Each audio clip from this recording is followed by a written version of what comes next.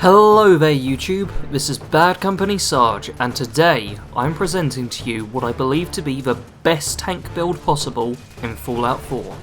Not only is this build insanely difficult to kill, but also dishes out a ridiculous amount of damage.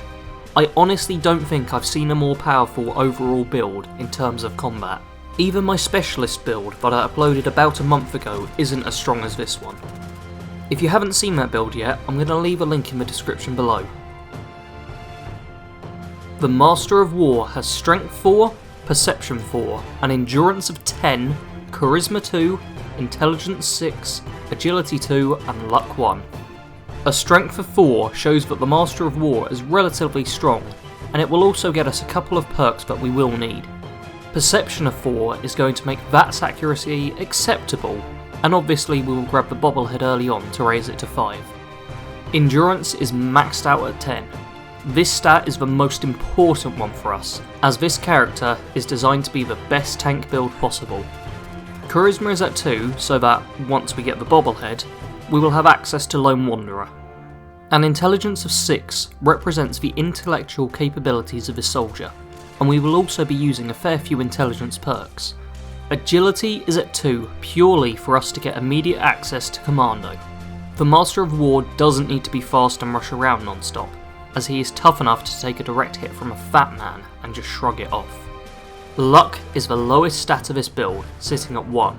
You don't need to worry about eliminating your enemies quickly with criticals or minor damage boosts, as you can go into any firefight and always be the last man standing. The essential perks for this build are Armourer, Solar Powered, Commando, Science and Lone Wanderer. Armourer is critical to this build, as you need to kit yourself out with the most advanced and heavily improved armour in the game in order to help you reduce damage to the full extent. Having Endurance 10 means we have access to Solar Powered, which is going to give us health regen at the 3rd rank, vastly increasing our survivability. In addition to being able to take damage, we are going to need to dish it out. The Commando perk is going to be the main way of doing that, doubling our automatic weapon damage once we have all the ranks. Science is going to give us a few additional mod choices for both weapons and armour, which help tip all fights even further in our favour and give us some more nifty bonuses. Lone Wanderer is an undeniably powerful perk, and putting it on this build makes an already incredibly powerful character insanely tough and destructive, increasing both damage dealt and damage reduction. The recommended perks I've included for this build are Heavy Gunner, Chem Resistant, Chemist, Gun Nut and Scrapper. Heavy Gunner will grant us a secondary arsenal of weaponry to use when adventuring. There are some great big guns in the game that are just too fun to pass up. Chem Resistant and Chemist will go hand in hand to give this build an out of this world boost. Drugs are a big part of improving your character, and this build will utilise all of the most powerful chems in game whenever he needs to face a challenge. Gun Nut is a nice and simple perk that's just going to make our gun modding easier, in turn making our weapons more powerful. Scrapper is going to be very helpful for this build. We do a lot of weapon and armour modding, including power armour, so we need all the resources we can get our hands on. The role-playing perks are Life Giver, Adamantium Skeleton, and either Demolition Expert or Toughness. Life Giver is a favourite perk of mine, which will give additional health regen to this build and grant us a few more hit points. Adamantium Skeleton will completely remove the need to worry about crippled limbs, and adds to the feel of the build. There's nothing quite like taking a direct hit from a fat man and it not even slowing you down. Demolition Expert is a perk that I'm honestly not sure if it's worth it for this particular build. It is very powerful and increases our damage output significantly, but it also makes it easier for us to damage ourselves. I found while playtesting that I was able to deal far more damage to myself when using explosive weaponry or frag grenades than enemies could do with some of the most powerful weapons in the game. If you do want to make this build deal a ton more damage, then grab this perk. It really does help in that regard. But if you'd rather focus on making it even tougher, then I'd suggest going for Toughness, just to get a few more points of damage taken off. The Master of War had always been a tenacious individual with an imposing figure. Back in his school days, he could step into any fight or argument and break it up merely with his presence. Whenever he was around, nobody ever wanted to make trouble, just in case it would cause him to interfere. In truth, the Master of War wasn't actually interested in fighting, but knew that he could prevent any harm being inflicted to his friends or those he cared about by being a feared individual. This unfortunately meant that most people the Master of War considered his friends were also scared of him, and never really felt comfortable when he was around. He was smart enough to see this, and over time drifted away from everyone, not wanting to have his presence be a burden on them. The Master of War became a loner, and his few interactions with his old friends would be a short thanks whenever he stopped them from getting picked on. In his final school year, a new student arrived who piqued his interests. The first time he saw her, she was being picked on by a small group of bullies in her first class. Nothing serious had happened yet, but the Master of War still decided he should go over and break it up. He didn't want the first impression Miguel had of his school to be made by a group of cowardly bullies. As he was walking towards the group, one of the bullies put their hand on Miguel's shoulder. As soon as physical contact was made, Miguel's arm shot out and she struck the bully just above his Adam's apple with 2 fingers. He staggered backwards, trying to gasp for air but not being able to breathe. Miguel then calmly ushered forth the words, "Do you want your friend to live?" to the group of terrified bullies. One of them was smart enough to nod his head, despite the shock he was in, and Miguel landed a swift blow to the back of the choking bully's neck, causing him to start coughing and spitting, tears flowing from his eyes as he gasped for air. During all this, the Master of War had been perfectly still, his mouth agape and his eyes wide in wonder. Miguel then turned to him and smiled. From that day onwards, the two were inseparable. They were never seen apart, and the Master of War found himself following her around like a dog does with its master. Miguel was incredibly intelligent. The Master of War had always been among the smartest in his classes, but Miguel was obviously a genius. Her mind was absolutely incredible, and the most complex theories and ideas seemed to take no mental effort at all for her to fully understand. When the year was over, the Master of War had no real idea what to do with himself. His main drive had been keeping his friends safe, and he truly only had one friend now. It turned out that his friend wanted to join the military, saying that there was nothing better an individual could do. He enlisted with her, and they ended up on the same squad. The only thing that mattered to him was keeping her safe, no matter what. Fortunately, the pair of them were incredibly skilled. The girl was a tactical genius, her grasp of military tactics rivaling some of history's greatest generals, and the Master of War was a one-man army. He could walk into any firefight and come out in near pristine condition, despite having wiped out entire squads single-handed. In truth, he never enjoyed killing, but he was willing to kill anyone who might pose a threat to his friend.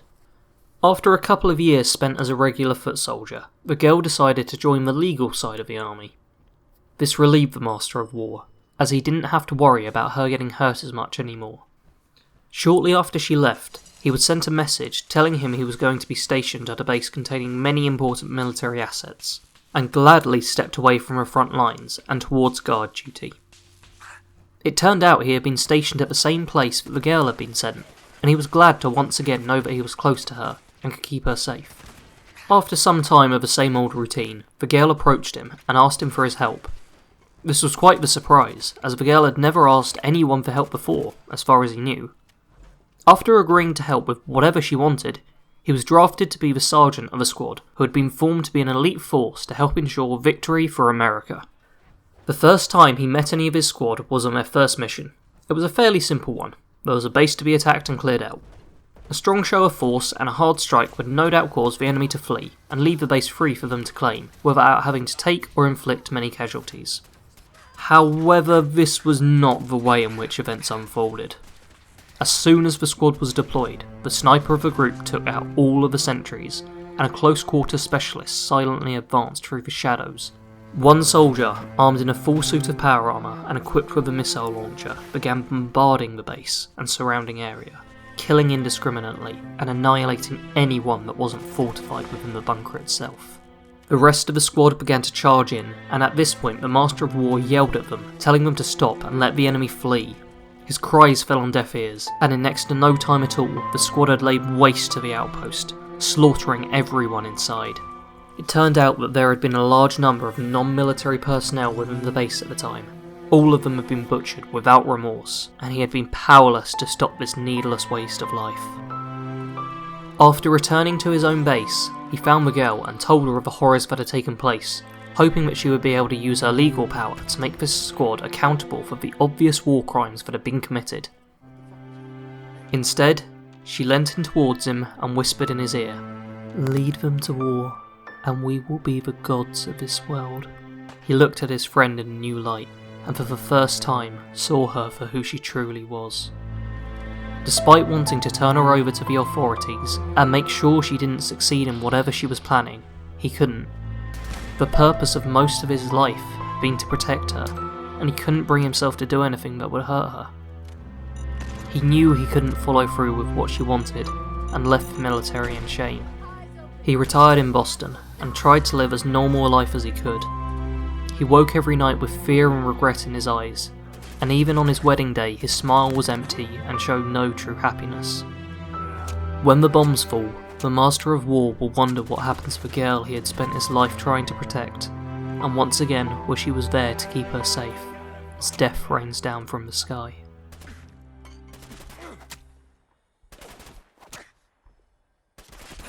The Master of War is a military man through and through, having spent most of his life in the army, so will be joining the Brotherhood of Steel. However, you will want to help out the railroad in order to get ballistic weave. You can rationalise this in any way you want, but I personally went with the view that my character wanted to see what all of the different factions were like before making up his mind. Remember, even though the Master of War is blunt and suited to war, he is also intelligent enough to take the time to ensure he makes the right choice. The Master of War doesn't travel with a companion. He's used to being alone, and although he would like to have a friend again, he doesn't want to risk the same thing happening.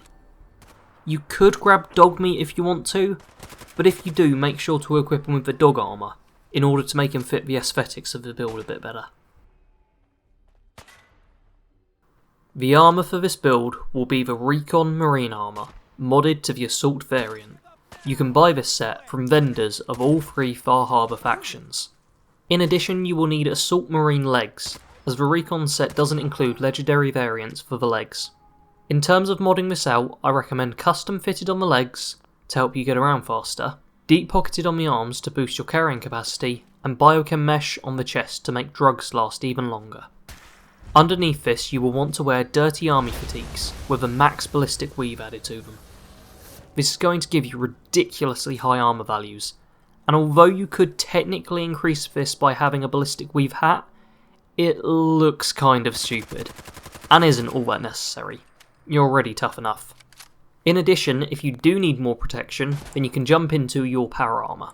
Of course, this will be a full suit of XO1 upgraded to Mark 6 for maximum resistances. In addition, if you equip all pieces with prism shielding, you will get additional energy resistance. In terms of other mods for this suit, the only one I personally recommend are the emergency protocols. This will rarely be activated, but I found myself forgetting to stimpack myself a lot of the time, as I was taking next to no damage from every fight. The slow time effect for me worked more as a reminder that the character isn't actually immortal, and got me to heal, and also gave me a nice boost if I ever did get low on health. The weapons for this build are Sergeant Ash, the Kiloton Radium Rifle, and Splatter Cannon. In my opinion, these are three of the best weapons in the game. Sergeant Ash can be bought in Acadia, and has the Kneecapper legendary effect, making it great at crowd control, and disabling some of the more powerful wasteland creatures, including the Enraged Fogcrawler. This weapon can pretty much turn the most dangerous creature in the game into an almost harmless overgrown bug. The Kiloton Radium Rifle is great at dealing with large groups of enemies, but try to avoid using it at close range. The explosive effect does deal damage to you, and if you grab the Demolition Expert perk, then the effect is very strong. Finally, Splatter Cannon is just a great gun. This will be your go-to gun for most encounters, and you can deal with any enemy with ease. It also looks really cool, and the biggest downsides are how much it costs, and how much you have to spend on ammo, so make sure to keep an eye out for caps wherever you go. In addition, grab any other really good legendary automatic weapons you find on your travels to add to your firepower. This is the ultimate tank build. Once you have all the gear and reach somewhere between level 40 and 50, you become nigh on unstoppable. Use chems like Psycho Buff and Fury whenever you face a tough fight to make you even harder to kill, and I'd also recommend getting a supply of Mysterious Serum going, in order to make yourself even more powerful. Just make sure that you side with Lorenzo when you do the final Cabot House mission. I hope you all enjoyed this video. I know it's a bit longer than most of my others, but this is a very important character for me, and is also insanely powerful, so I wanted to do it justice. Make sure to like, comment and subscribe. In addition, make sure to share this video with anyone who would enjoy it, be they a Fallout fan, or just someone who really enjoys character backstories. About a month ago we reached 100 subscribers on this channel, and I want to thank all of you for that. I'm actually writing this script shortly after that happened, so I have no idea how much we will have grown since then. But I want you all to know that this means so much to me, and I sincerely appreciate every single one of you taking the time to watch my videos. To each and every one of you, thank you.